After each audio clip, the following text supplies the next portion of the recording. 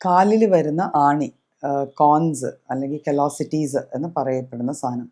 അതിൻ്റെ വളരെ നല്ലൊരു എക്സാമ്പിൾ നമ്മൾ മലയാളത്തിലൊരു സിനിമ ഉണ്ടായി, മീശ മാധവൻ.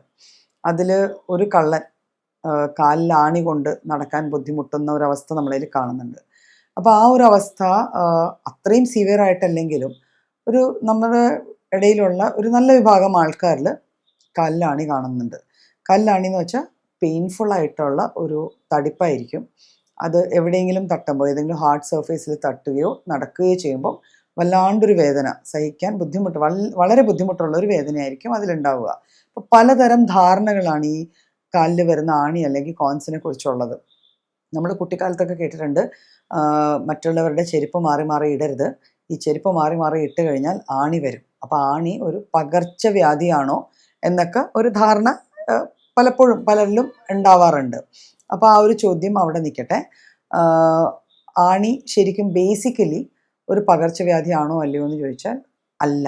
പിന്നെ എന്തുകൊണ്ടാണ് ഈ ചെരുപ്പ് മാറി മാറി ഇട്ടാൽ വരും എന്നുള്ളൊരു ഫാക്ട് പറയുന്നത്? അതിൽ ലോജിക്ക് വല്ലതും ഉണ്ടോ, സയൻസ് വല്ലതും ഉണ്ടോ? ഉണ്ട്, സയൻസ് ഉണ്ട്. അങ്ങനെ ചോദിക്കുമ്പോൾ സയൻസ് ഉണ്ട്. റീസൺ എന്ന് വെച്ചാൽ നമ്മളുടെ കാലിൻ്റെ താഴത്തെ പ്രതലം, നമ്മുടെ സോൾസ് എന്ന് പറയുന്നത് യൂഷ്വലി കട്ടിയുള്ള സർഫേസസിൽ അല്ലെങ്കിൽ ഫ്ലോറിലും അല്ലാത്ത സ്ഥലങ്ങളിലും നടക്കാൻ പാകത്തിന് കട്ടിയുള്ള ആ ഒരു കട്ടി ആ സോൾസിൻ്റെ സ്കിന്നിനുണ്ട്.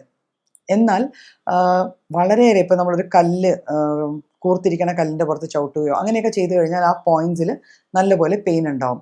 ഇതുപോലെ തന്നെയാണ് നമ്മൾ ചെരുപ്പുകൾ മാറി മാറി ഇടുമ്പോൾ. ചില ചെരുപ്പുകൾ ഭയങ്കര ഹാർഡ് സർഫേസ് ആയിരിക്കും, ചിലത് സോഫ്റ്റ് ആയിരിക്കും, ചിലത് ഭയങ്കര ഫ്ലഫി ആയിരിക്കും. അപ്പോൾ ഇത്തരത്തിൽ ചെരുപ്പ് മാറി ഇട്ടാൽ വരാൻ സാധ്യതയുള്ളത് കൊണ്ടായിരിക്കാം, അതൊരു അസംഷനാണ്, നമ്മളോട് അങ്ങനെ പറഞ്ഞിരുന്നത്. അല്ലാതെ ഒരു ഇൻഫെക്റ്റീവ് ഡിസീസ് അല്ല കോൺസ്. ബേസിക്കലി കോൺസ് അങ്ങനെയല്ല. അപ്പോൾ സ്കിന്നിന് ആ ഭാഗത്തൊരു കട്ടി വരും. ഈ കട്ടി നിന്ന് ആ പ്രഷർ പിന്നെയും പിന്നെയും പ്രഷർ വരുന്തോറും അതിന് ചുറ്റും ഒരു തിക്നെസ് വന്നിട്ട് അത് ടിപ്പിക്കലി ഒരു ആണിയുടെ ഷേപ്പ് വരും. ഇപ്പോൾ ചിലർ ഇത് വന്നു കഴിഞ്ഞാൽ വേദന കുറയാനായിട്ട് ആ സൈഡിലെ സ്കിന്ന് ചെത്തിക്കളയുക, ബ്ലേഡ് യൂസ് ചെയ്ത് ചെത്തിക്കളയൊക്കെ ചെയ്യാറുണ്ട്. ചിലർ കല്ലിട്ട് ഉരയ്ക്കാറുണ്ട്. പക്ഷെ ഇതൊന്നും ഒരു ഹെൽത്തി വേ ഓഫ് മാനേജിങ് അല്ല, അങ്ങനെ ചെയ്യാൻ പാടില്ല.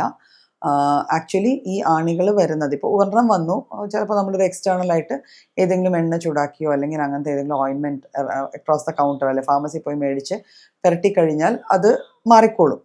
എന്നാൽ ഇത് നിരന്തരമായി ഒരാൾക്ക് വരുന്നു, എല്ലാവർക്കും വരുന്ന പോലെയല്ല, ഒരാൾക്ക് വീണ്ടും വീണ്ടും വരുന്നു. അപ്പം അത് ആ ടെൻഡൻസി ആ വ്യക്തിയിലുള്ളത് കൊണ്ടാണ്. അപ്പോൾ ആ ടെൻഡൻസി മാറണമെങ്കിൽ നമ്മൾ ഒരു ഡോക്ടറിനെ കണ്ട് കൺസൾട്ട് ചെയ്ത് അതിന് വേണ്ട മരുന്നുകൾ പ്രോപ്പറായിട്ട് കഴിച്ചാൽ ഇത് വീണ്ടും വരാതിരിക്കത്തക്ക വിധം മാറ്റിയെടുക്കാൻ പറ്റുന്നൊരു കണ്ടീഷനാണ്. ഇതിന് ഇൻഫെക്റ്റീവ് ആണോ എന്ന് നേരത്തെ ഒരു ഡൗട്ട് പറഞ്ഞപ്പം അല്ല, ഇൻഫെക്റ്റീവ് ആണ് എന്ന അഭിപ്രായക്കാർ പലരും കാണും. ആക്ച്വലി ആ കട്ടിയായിട്ട് വരുന്ന ആണി കുറേ നാളുകൾ നമ്മളിങ്ങനെ അത് മെഡിസിൻ കഴിച്ച് മാറ്റിയില്ല, അല്ലെങ്കിൽ അത് ശരിക്കും എന്തെങ്കിലും ഒരു മാനേജ്മെൻറ്റ് നടത്തി അത് മാറിയിട്ടില്ല എങ്കിൽ അതിലേക്ക് ഇൻ ദ ഡ്യൂ കോഴ്സ് നമ്മുടെ ഇത് ഉള്ള സമയത്ത് തന്നെ ഏതെങ്കിലും തരത്തിൽ ഒരു ബാക്ടീരിയൽ ഇൻഫെക്ഷനോ ഫംഗൽ ഇൻഫെക്ഷനോ വന്നു കഴിഞ്ഞാലാണ് ഇത് ഇൻഫെക്റ്റീവായി മാറുകയും കുറേ ഏറെ പെയിൻഫുൾ ആവുകയും ചിലർക്ക് പഴുക്കുക, ബ്ലീഡ് ചെയ്യുക, ഇത്തരത്തിലെ അവസ്ഥകളൊക്കെ കാലിലെ ആണിക്ക് വരാം. പിന്നെ ഇങ്ങനെ ആണി വരാനായിട്ട് ഒരു സ്പെസിഫിക് അല്ലാത്തതായാൽ പോലും ഇതിലോട്ട് കോൺട്രിബ്യൂട്ട് ചെയ്യുന്ന ഒരു കോസാണ് വൈറ്റമിൻ എ എന്ന വൈറ്റമിൻ്റെ ഡെഫിഷ്യൻസി. അപ്പോൾ വൈറ്റമിൻ എക്ക് ഒരു പ്രത്യേകതയുണ്ട്, അത് നമ്മൾ സാധാരണ വാട്ടർ സോല്യൂബിൾ വൈറ്റമിൻ അല്ല. അപ്പം ആ ഒരു വൈറ്റമിൻ്റെ ലെവൽസ് നമ്മുടെ ബോഡിയിൽ കുറഞ്ഞു കഴിഞ്ഞാലും നമ്മുടെ സ്കിന്നിൽ, പ്രത്യേകിച്ച് സോൾസിൽ, അല്ലാതെയും ചിലപ്പോൾ നമ്മുടെ ഈ എൽബോസിൻ്റെ ബാക്കിലോ മുട്ടിലോ ഒക്കെ ചെറിയ ഹാർഡ്നെസ്, കോൺസോ കലോസിറ്റീസോ ഇങ്ങനെ ചെറിയ പ്രിക്സോ ഒക്കെ വന്നിരിക്കാം. അപ്പം വൈറ്റമിൻ എ ഡെഫിഷ്യൻസിയും പലപ്പോഴും കാലിൽ ആണി വരാനായിട്ടുള്ള ഒരു സാധ്യതയായി മാറാറുണ്ട്.